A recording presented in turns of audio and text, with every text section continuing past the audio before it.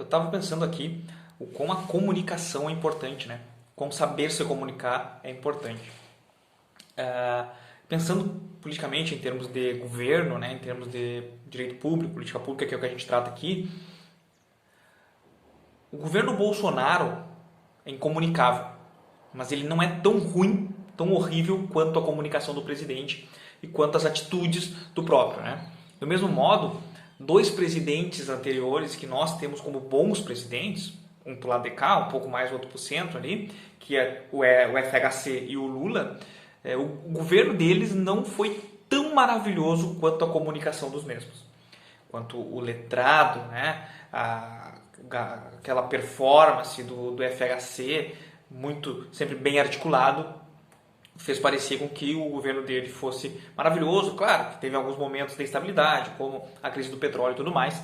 E o Lula, né, do povo e tudo mais, sempre com a sua grande lábia, com a sua poder de comunicação muito grande dele, né, um grande orador, fez parecer que era muito bom. A gente tem outros exemplos por aí, a gente tem o próprio Barack Obama nos Estados Unidos, que a gente tem muita gente apaixonada pelo Obama, até liberais apaixonados pelo Obama, porque aparentemente, como tu te comunica muito bem, como tu tem o poder da comunicação, parece que o teu governo foi maravilhoso.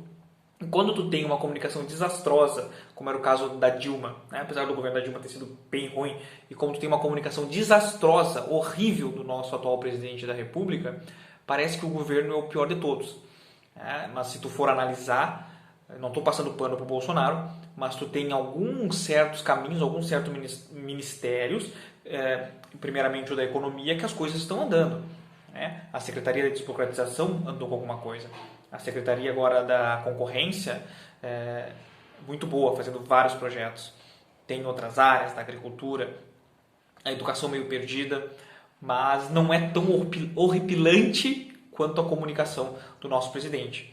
Da mesma forma que os governos FHC teve alguns erros, né? Uma taxa de juros alta, paraíso dos rentistas, que nem diz o nosso atual ministro Paulo Guedes, e tu teve o governo Lula, que foi a década do crescimento econômico no mundo. Né? O Lula tinha uma estabilidade política, o Lula tinha uma performance, a taxa ali do Lula de aprovação, ele podia passar o que ele quisesse no nosso Congresso Nacional. E ele não pautou nada que fosse relevante para o nosso futuro. Ele ficou ali surfando, ele tentou meio que encabuladamente uma reforma da Previdência, o Paulo Paim deu um chega para lá nele em 2006 por aí, ele já desistiu. O Lula poderia ter passado uma reforma da Previdência, que o problema da reforma da Previdência não surgiu em 2018, 2019, já vem de anos. Poderia ter passado uma reforma fiscal, poderia ter passado uma reforma tributária, propriamente dito, poderia ter passado uma reforma administrativa. Um cara que tem uma taxa de aprovação de mais de 80%, cara, ele passa o que ele quiser. Só que ele não quis, ele se acomodou. Por quê? Porque tinha um boom econômico rolando no mundo. Né? O mundo cresceu 200% de 98 a 2008. Ele estava naquele meio. Depois ele tinha que eleger a Dilma, porque ele não poderia, né? Ele já tinha concorrido, já tinha sido presidente 2 vezes.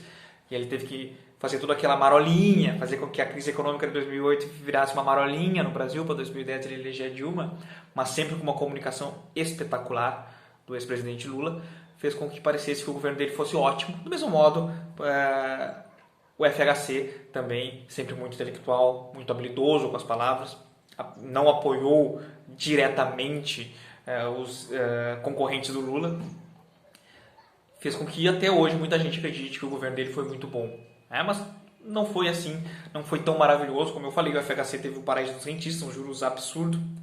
O Brasil praticamente não valia a pena tu empreender no Brasil, porque se tu tinha uma taxa de juros a, sei lá, 14, 18, 20, 40%, tu coloca 1 milhão no banco, ganha 400 mil no final do ano. Para que tu vai abrir uma empresa? O governo Lula, a mesma coisa, taxa de juros 12%, 13%, desindustrializou o país. Começou a criar mais caro, começou a elevação da dívida pública no governo Lula ali, o funcionalismo público imenso, muitos concursos, que depois a Dilma fez a farra total. Imagina só que a Dilma, por exemplo, pessoas como eu que pegaram o financiamento FIES, né? Estava pensando exatamente sobre o FIES hoje, financiamento estudantil com 3% ao ano tu paga de juros. Uma barbada, né? barbada, que hoje em dia o governo Bolsonaro está dando aí para os agricultores. Os caras pagam 3% ao ano, os caras tão grandes só ficam mais grandes, né? E aí, esses juros depois na iniciativa privada vai para o pequeno não consegue pegar isso. O pequeno acaba tendo que pagar indiretamente esses 3% que o cara grande está pegando, o pequeno pagaria 20%, 25% de juros, né? Isso faz o assunto do ponto vídeo. Mas voltando ao FIES e à presidenta Dilma, a dívida, né, a taxa de juros, que é o que o país pagava para te emprestar dinheiro para ele, 14%. E aí devolvia em 3% para os estudantes. Ou seja, não faz sentido, né? O governo se endividava em 14% e emprestava dinheiro aos estudantes a 3% ao ano. Não é que, Diego, não tem que se formar, não tem... Cara, é bom, claro, se tu for assim, se a perspectiva é a seguinte, não, vale a pena a gente perder nessa matemática, porque a gente acredita que lá na frente a gente vai precisar de muitas pessoas com ensino superior, a gente vai precisar de pessoas especializadas nessa área, o Brasil vai se desenvolver, mas não foi o que aconteceu. Né? Ao mesmo tempo que tu formava muita gente, para te ter mais gente votando em ti, né? Ao mesmo que tu aumentou o funcionalismo público, aumentou o número de estudantes, aumentou o número de formados, e tu não fez nada para criar mais empresas no Brasil, onde é que essas pessoas vão trabalhar? As pessoas têm que trabalhar na iniciativa pública.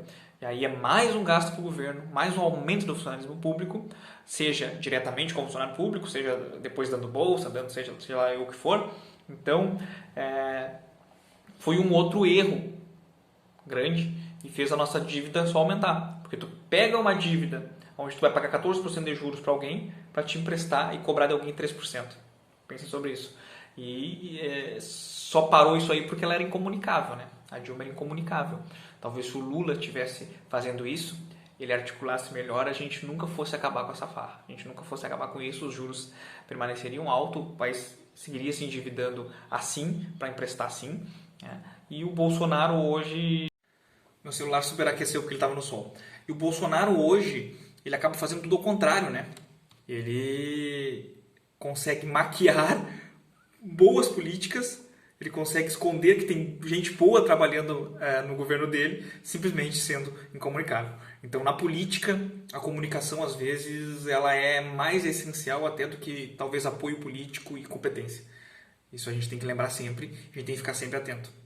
Quando tem uma boa comunicação, a gente não pode se iludir muito com um político de boa comunicação, porque ele consegue esconder as falhas que ele cometeu, a taxa de juros alta que ele manteve o país, a desindustrialização que ele fez, o aumento da dívida pública, o aumento do funcionalismo público.